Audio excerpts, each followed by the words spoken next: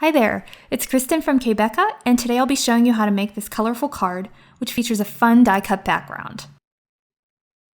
Before I do anything else, I'll cut a piece of strathmore bristol paper in half so it'll fit through my die cutting machine. I'm using Zig Clean Color Real brush markers for this project, and they work wonderfully with the strathmore bristol. After I've cut my paper, I'm going to use the My Favorite Things Die-namics stitched alphabet dies to spell out thanks. I don't do a lot of die cutting with metal dies, but when I do purchase them, I almost always purchase dies that have some sort of stitched or pierced detail because you get a bolder result with these types of details using the metal dies versus a digital die cutting machine. And I'm a sucker for stitched and pierced details. Next, I'll start lining the letters up at the top left corner of the paper. You want to line the letters right up against each other, and here's why. When I first tried this, I left some space between the letters, forgetting that there's some padding around the letters on each die. And when I die cut the letters, they were spaced a little wider than I wanted. Lining them up right against each other gives tighter spacing without the letters being right on top of each other. And it's actually a lot easier to set them up this way since you don't have to eyeball the spacing between the letters. Once I'm done setting the letters, I'll take some washi tape and press it over top of the letters to keep them in place. Then I'll run the piece through my die cutting machine, which is, wait for it, an Epic 6. Yeah, I'm a little out of date when it comes to the latest in manual die cutting technology. I got the Epic 6, which was discontinued probably 5 years ago now, when I purchased the original L letterpress kit. And since I don't do a whole lot of manual die cutting, it still works for me, though it's really squeaky. One of these days I'm going to have to upgrade to a newer machine. So anyway, back to the project. After I'm done die cutting the letters, I pop them out and set them aside.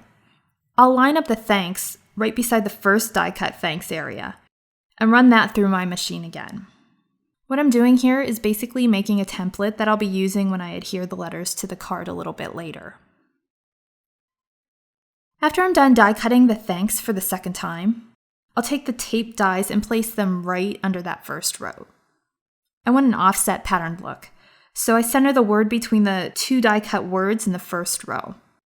You'll notice here that my washi tape breaks between two of the letters. I just line up the letters again and add a second layer of tape. But if I were doing this over again, I would use a sturdier tape like painter's tape because the washi broke in a few more places as I ran it through the die cutting machine additional times. I also noticed that the letters started to slide around and separate after several runs through the die cutting machine, kind of like pie or cookie dough does when you roll it out with a rolling pin. So definitely go with a sturdier low-tack tape. Thankfully, after I noticed that the letters were starting to separate in the lower rows, and you can see how noticeable the letter separation is in those last two rows here, I realized that I didn't actually need to make a template that was the full size of the card front, which is what I had originally planned. I only really needed those first two rows and was able to move the template as I worked, as you'll see in a little bit. This saves time too, since you don't have to be as careful about placement after the first two rows, and you can cut any additional letters wherever you want on the piece of paper. After I'm finished cutting the letters, I cut a 5.5 inch wide by 4.25 inch tall, or A2 size, panel from plain white cardstock and line up the die cut template piece on top of the panel to make sure that it's big enough to cover the panel. Then I'll set those pieces aside for later. Now I'll start coloring my big pile of thanks letters. I'm using Zig Clean Color Real brush markers here, but you can use whatever you'd like for this. Copics, colored pencils, watercolor paints, crayons, whatever. I want a sort of subtle gradient look, so I'm using 2 colors for each letter, a lighter and a darker shade. I'm starting with these 2 pinks, light pink and peach pink, and will work my way through the rainbow. A full list of colors that I used is on the left of the screen, and you can find links in the area below the video as well. Okay, so I start with the darker shade and color about halfway up the letter. Then I'll come in with the lighter shade, coloring it a little bit over the darker shade until the color starts to move, and blending the colors up to the top of the letter in short upward strokes. I'm working on a craft mat, so after I color each letter, I just wipe off any color that got onto my mat with a wet baby wipe. Then I wipe the area dry with a completely dry baby wipe or a paper towel. But if you don't have a craft mat, you can place a piece of scratch paper or cardboard underneath the letters as you're coloring. You can see the color blending process again here with the reds.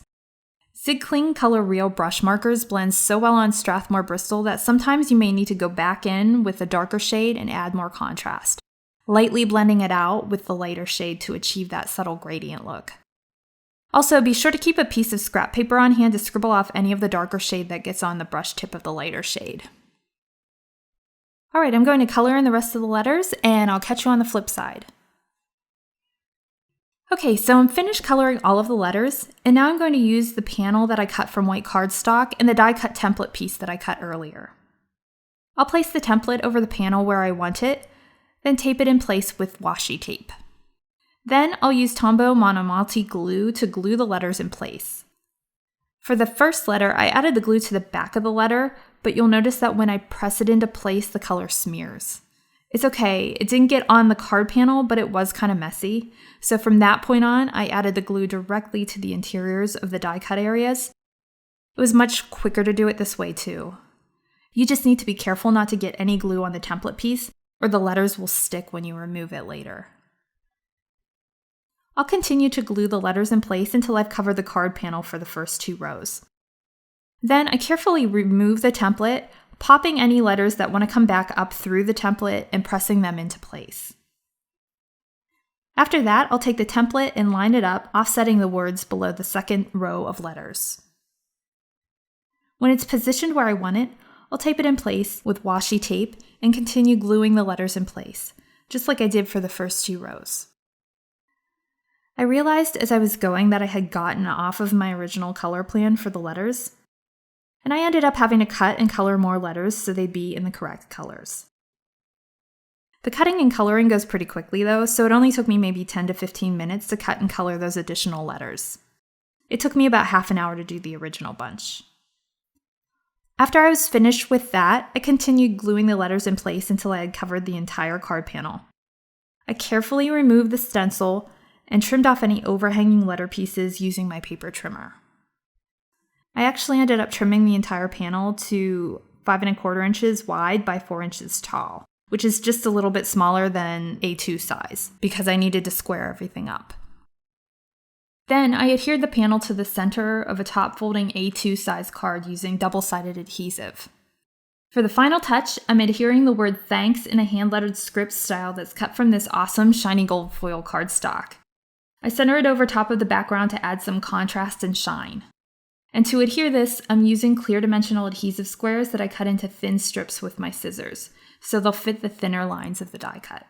They pop that word up a little bit too for added dimension. And that's it! I hope that you enjoyed this video, and if you'd like to see more like this one, then please give me a thumbs up and subscribe.